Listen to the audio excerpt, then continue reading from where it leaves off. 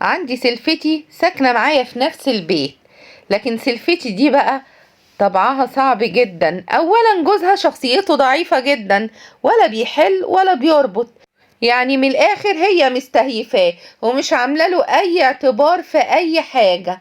اللي انا عايزه اقوله لكم بقى ان سلفتي دي مش سايباني في حالي نهائي، داخله في حياتي من يوم والتاني الاقيها جايالي من صباحيه ربنا تقضي معايا اليوم كله. طبعا انا قلت مفيش مشكله، عادي يا اختي برضو ومفيش مشكله، عامليها يا بنت كويس.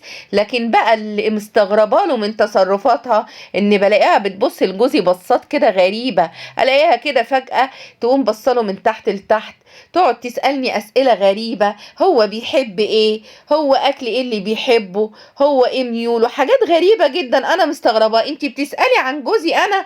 بدل ما تسألي عن جوزك انتي بتسألي عن جوزي، روحي اسألي جوزك، ما تسأليش عن جوزي أنا. هل ده